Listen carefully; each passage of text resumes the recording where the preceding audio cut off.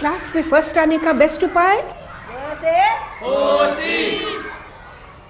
Hello मेरे class 11 के दोस्तों, good morning, good afternoon, good evening, जहाँ भी हो, जिस टाइम पे भी हो, अच्छे हो ना। और आपने चैप्टर 3 प्राइवेट, पब्लिक और ग्लोबल एंटरप्राइज इसका पार्ट 1 वीडियो देख लिया है ना, जिसमें हमने आपको बताया पहले निजी कंपनियाँ किस टाइप की होती है, 5 टाइप की। और फिर हमने आपको बताया पब्लिक एंटरप्राइजेस के बारे में, वो कितने टाइप की होती हैं, 3 टाइप की, देख लो इन्हें। और आज टर्न है ग्लोबल एंटरप्राइज या भूमंडलीय उपक्रम। आपके हाथ में कौन से कंपनी का फ़ोन है, देखो तो ज़रा, इन कंपनीज में से है? अगर है तो आपका फ़ोन एक मल्टीनेशनल कंपनी का बना हुआ फ़ोन है। इसका मतलब आपका फ़ोन का जो चिप है उसका R&D हुआ था लेट्स से USA में, उसका चिप आपका बना जाकर ताइवान में, और आपका फ़ोन असेंबल हुआ वियतनाम में, और फ़ोन बिका दुनिया भर में, और इसका कॉल सेंटर कहाँ है, इंडिया में, भारत में। तो देखो पूरे विश्व भर कर ये कंपनी काम कर रही है ना। आपका जो फ़ोन है वो कितनी जगह से घूम घाम कर आपका ये फ़ोन बनकर आपके हाथ में आकर पहुंचा है। इसी को तो कहते हैं विश्व उपक्रम या भूमंडलीय उपक्रम और a multi national corporation. Multinational corporation की कुछ खासियतें होती हैं। नंबर 1 है कि इनके पास फंड्स बहुत होते हैं। ये पब्लिक से शेयर्स बेचते हैं, उनसे फंड्स लेते हैं, पब्लिक से डिपॉजिट्स लेते हैं, जिनको हम कहते हैं ना टर्म डिपॉजिट्स या डिबेंचर्स, बॉन्ड्स, इस तरह वो पब्लिक से बहुत सारा धन इकट्ठा कर सकते हैं। और लोग देश में जाते हैं, वहाँ के लोग भी इसमें निवेश करना चाहते हैं, वहाँ के सरकार भी इसमें निवेश करना चाहते हैं, तो इनके फंड्स की कोई कमी नहीं होती है इनके पास। नंबर 2 क्या होता है, इनके पास बहुत ज़्यादा R&D होता है, रिसर्च एंड डेवलपमेंट, अनुसंधान और विकास बहुत ज़्यादा होता है, इस पर खूब खर्चा करते हैं। तो ये नए नए टेक्नोलॉजीज़ लाते हैं, नई नई तकनीक लाते हैं, जो जिस देश में जाते हैं उनका भी उपकार होता है, वो भी आगे बढ़ने लगते हैं। तीसरे नंबर पे है उनकी नई टेक्निक्स ऑफ वर्किंग है, जिससे एफिशिएंसी लेवल्स बहुत हाई हो जाती हैं, प्रोडक्टिविटी लेवल्स बहुत ही ज़्यादा हाई हो जाती हैं।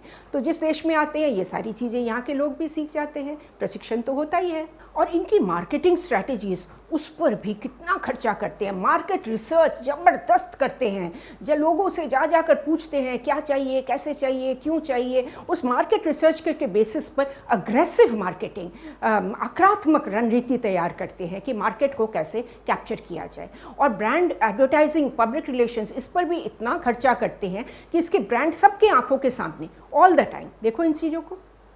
तो इसको देखकर पब्लिक भी खरीदना चाहती है इनको। पर ये सारे काम वो करती कैसे है, ये सबसे इम्पॉर्टेंट पॉइंट है। ये पॉइंट है कि भारत में जब कोई मल्टीनेशनल कॉरपोरेशन आती है तो भारत सरकार कहती है आप हमारे किसी इंडियन कंपनी के साथ जुड़कर काम करिए।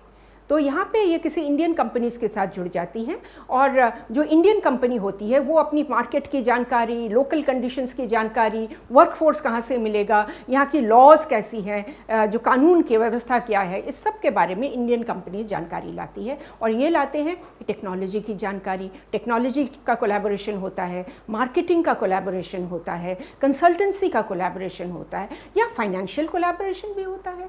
तो कई तरीके के कोलैबोरेशन होते हैं, और इससे जो मार्केट होता है ना वो एक बहुत बड़ा फैल जाता है इनका।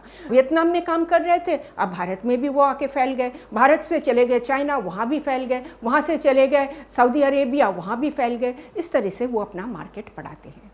पर याद रखना, इनका जो मेन कंट्रोल होता है ना, ये सेंट्रलाइज्ड है, कि जिस देश की कंपनी है ये कंट्रोल वहाँ रहती है। अगर ये चाइनीज़ कंपनी है तो कंट्रोल चाइना में, इनकी जो नीतियाँ बनेंगी ये चाइना से बनकर आएगी। पर हमारे भारत में जो डे टू डे अफेयर्स होती हैं इसमें वो इंटरफेयर नहीं करते, चाहे वो रशियन कंपनी हो, चाहे वो अमेरिकन कंपनी हो, चाहे फ्रेंच कंपनी हो, सेम स्टोरी फॉर एवरीबडी। तो ये 7 पॉइंट्स को एक बार फिर से रिवाइज कर लो। चलो, अब हमने कहा ना कि ये भारत में आकर उन्हें एक भारतीय कंपनी के साथ जुड़ना होता है, और वो बनाते हैं एक जॉइंट वेंचर, एक संयुक्त उपक्रम। इसका मतलब क्या है, 2 कंपनीज जिनका उद्देश्य कॉमन है। कॉमन क्या है कि हम दोनों मिलकर मैन्युफैक्चरिंग करेंगे या ट्रेडिंग करेंगे या डिस्ट्रीब्यूशन करेंगे, कुछ भी उद्देश्य जो है कॉमन उद्देश्य इनका होता है। वैसे एक चीज़ आपको याद रखना है, जॉइंट वेंचर केवल MNCs नहीं करती, ग्लोबल उपक्रम ही नहीं करते हैं। जॉइंट वेंचर्स 2 इंडियन कंपनीज भी कर सकती हैं, एक पब्लिक कंपनी और एक प्राइवेट कंपनी, दोनों मिलकर जॉइंट वेंचर कर सकती है। 2 प्राइवेट कंपनी, 2 पब्लिक कंपनी, वो मिलकर भी जॉइंट वेंचर कर सकती है। और हम तो कह रहे हैं बात अभी MNC की, तो MNC जो है वो एक पब्लिक पार्टनर के साथ भी ज्वाइन कर सकता है, एक प्राइवेट पार्टनर के साथ भी ज्वाइन कर सकता है। और नॉर्मली यह भागीदारी ना थोड़ा लंबा ड्यूरेशन का होता है। जब भी जॉइंट वेंचर बनता है, ये जो 2 यूनिट्स हैं जिनके बीच में हो रहा है, इन दोनों मिलकर एक मेमोरेंडम ऑफ एसोसिएशन बनाते हैं, जिसमें बहुत सारे प्रावधान दिए गए हैं। और उसमें एक प्रावधान है कि अगर हम दोनों के बीच में कोई डिफरेंसेस हुई, कुछ करार हुआ, तो ये सॉल्व कहाँ होगा। अगर ये एक विदेशी कंपनी और एक देशी कंपनी में है तो वो होगा या ये इंडिया में सॉल्व होगा या USA में सॉल्व होगा या कहाँ सॉल्व होगा, ये उसमें क्लियरली लिखा रहता है। जॉइंट वेंचर्स भी 2 तरीके के होते हैं। नंबर 1 है कॉन्ट्रैक्चुअल जॉइंट वेंचर, संविदात्मक संयुक्त उपक्रम, और दूसरा होता है इक्विटी बेस्ड जॉइंट वेंचर। तो पहले हम कॉन्ट्रैक्चुअल जॉइंट वेंचर को देख लें। यहाँ 2 कंपनीज एक साथ कॉन्ट्रैक्ट करती हैं पर कोई नई कंपनी नहीं बनती। इसका एक एग्जाम्पल ले लो, इसके बारे में तो आप देखा होगा, इसके एडवर्टाइजमेंट्स, इनका भी एडवर्टाइजमेंट्स आपने देखा होगा। तो देखो PNB अपनी है, मेटलाइफ अपनी है, दोनों एक साथ काम कर रहे हैं, एक जॉइंट वेंचर बना के काम कर रहे हैं। पर PNB ने मेटलाइफ का ओनरशिप नहीं ले लिया, मेटलाइफ ने PNB का ओनरशिप नहीं लिया। Is clear? दोनों अलग अलग हैं। उस हिसाब से वो दोनों के एग्रीमेंट के हिसाब से वो डिसाइड करते हैं कि हम किस तरीके से इसको मैनेज करेंगे, किस तरीके से इसके फंड्स डालेंगे इसमें, और किस तरह से इसका जो लाभ नुकसान होगा उसका हम बंटवारा करेंगे। तो मेन पॉइंट्स क्या है? नंबर 1, ये दोनों कंपनीज एक साथ आती हैं एक कॉमन पर्पस के लिए। नंबर 2, कोई नई कंपनी नहीं बनती। नंबर 3, इनका एक एग्रीमेंट होता है जिसके बेसिस पर वो कैसे काम करेंगे उसमें सब क्लियरली लिखा होता है। और नंबर 4, दोनों कंपनियाँ कुछ स्पेशल फीचर्स लाती हैं, जैसे मेटलाइफ इंश्योरेंस के बारे लाई, और PNB क्या लाई? PNB का जो इतना बड़ा एक बैंकिंग का नेटवर्क है पूरे भारत में, उस नेटवर्क का फ़ायदा मेटलाइफ को मिला। नॉर्मली ऐसे जो जॉइंट वेंचर्स होते हैं वो काफ़ी लंबे पीरियड के लिए होते हैं। और अब मैं आपको बताऊंगी इक्विटी बेस्ड जॉइंट वेंचर, समता आधारित जॉइंट वेंचर। इसका मतलब क्या? एक एग्जांपल आप लो, टाटा ग्रुप, एवरीबडी नोज़, और है सिंगापुर एयरलाइंस। इन दोनों ने मिलकर डिसाइड किया कि हम भारत में एक साथ जॉइंट वेंचर करके एक एयरलाइन स्टार्ट करेंगे। तो एक कंप्लीटली नई कंपनी बनी जिसका नाम है विस्तारा। इसके एडवर्टीजमेंट्स तो आप देखते ही हो, शायद विस्तारा में आपने ट्रैवल भी किया हो। तो विस्तारा का पेरेंट्स कौन है? टाटा ग्रुप और सिंगापुर एयरलाइन। पर Vistara is a completely new company, इसमें दोनों का ओनरशिप है, दोनों इसमें फाइनेंसेस डालते हैं, दोनों मिलकर इसको मैनेज करते हैं, प्रॉफिट और नुकसान जो होता है दोनों ही इसका शेयर करते हैं। एक इम्पॉर्टेंट पॉइंट आप याद रखना कि ऐसे कंपनी स्टार्ट करने के लिए ना एक निर्दिष्ट समय, एक डिफाइंड टाइम फ्रेम के अंदर आपको सरकार के जितनी भी कंप्लायंसेस है, जितनी भी लाइसेंस लेनी है, जो भी करना है, ये सारे काम खत्म करने हैं, तभी ये कंपनी स्टार्ट होगी।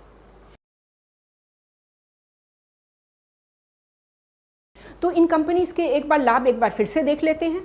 नंबर 1, ह्यूज फाइनेंसेस, पब्लिक से भी ले सकते हैं, प्राइवेट पार्टी से भी ले सकते हैं, ह्यूज फाइनेंसेस, इससे बहुत कुछ कर सकते हैं। नंबर 2, मार्केट का ग्रोथ, सारे विश्व भर में मार्केट फैल जाता है। हमारे जो भारत में आके जॉइंट वेंचर करते हैं तो हमारे प्रोडक्ट्स भी तो विश्व भर में चले जाते हैं। नंबर 3, नई टेक्नोलॉजी आती है। नंबर 4, नए तरीके ऑफ वर्किंग आ जाते हैं। नंबर 5, नए नए ब्रांड आ जाते हैं, हमारे पास कितना चॉइस बन जाता है। और जो एक बहुत इम्पॉर्टेंट मुद्दा वो है कि जो विदेशी कंपनी यहाँ के जॉइंट वेंचर करती है, हमारे यहाँ जो मैन पावर है, जो ह्यूमन रिसोर्स है, मानव संसाधन है, हाई क्वालिटी और इनकी कॉस्ट कम होती है, इससे बहुत बड़ा फ़ायदा होता है। तो दोनों कंपनियां हाथ मिलाती हैं तो दोनों की क्षमता कितनी बड़ी हो जाती है, ये तो आपने देख लिया। मैंने आपसे कहा था ना कि इस वीडियो में मैं आपको एक और चीज़ के बारे में बताऊंगी, पब्लिक प्राइवेट पार्टनरशिप, PPP।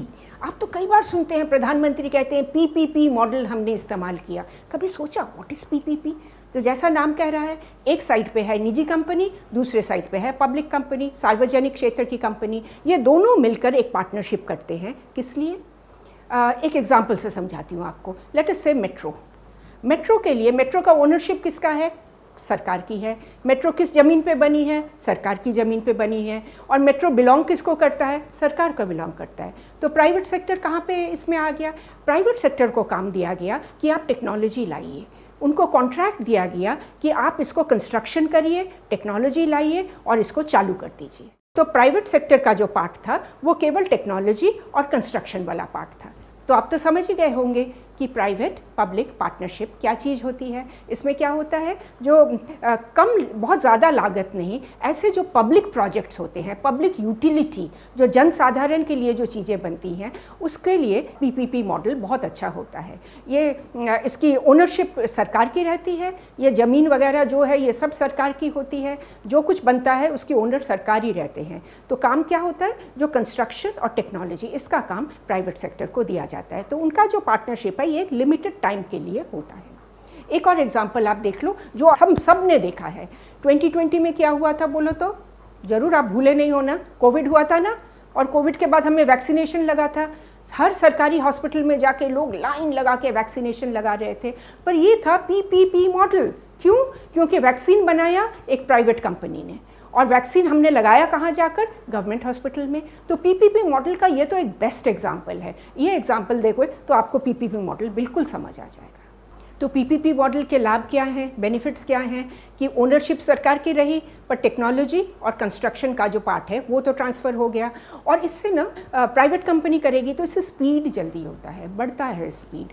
और दूसरा चीज़ ये है कि इसका जो रिस्क है कंस्ट्रक्शन और टेक्नोलॉजी का, ये प्राइवेट कंपनी इसको उठाती है।